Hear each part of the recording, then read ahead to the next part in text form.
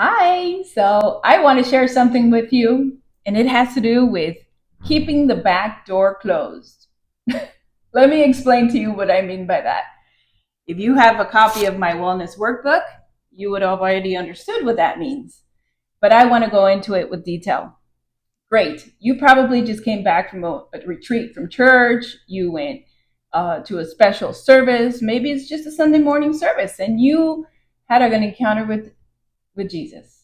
You left a lot of it at the altar and you feel renewed and you're starting your day fresh. So, what happens, like it says in Matthew 12:43-44? When the unclean spirit has gone out of a person, it passes through waterless places seeking rest, but finds none. Then it says, I will return to my house from which I came, or which he just left from. And when it comes, it finds the house empty, swept, and put in order. When it says swept, clean, and put in order, this means that you're idle. The person is idle, right? They're not really doing much. They're just there. The house is clean.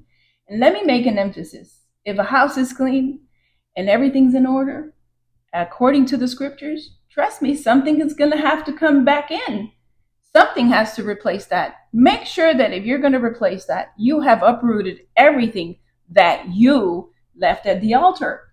It's not enough to just go to the altar and pray and ask for someone to pray for you and be healed and surrender things to the Lord and not deal with the rest.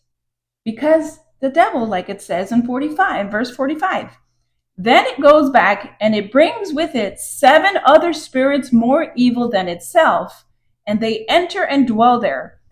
And the last state that that person has is worse than the first one. So if you ask yourself, why is it that I continue to have the same reactions, the same recurring issues that keep flaring up? I just left it in the altar and it still keeps happening. I'm still sick. I'm still broke. I'm still having marital issues or relationship issues. Ask yourself why.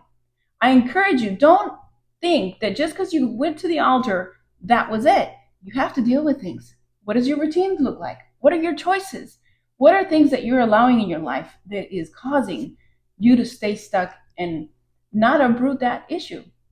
Well, that was me before. And now I bring answers. And that is why I have it in my wellness workbook in Spanish and English. So you have no excuse.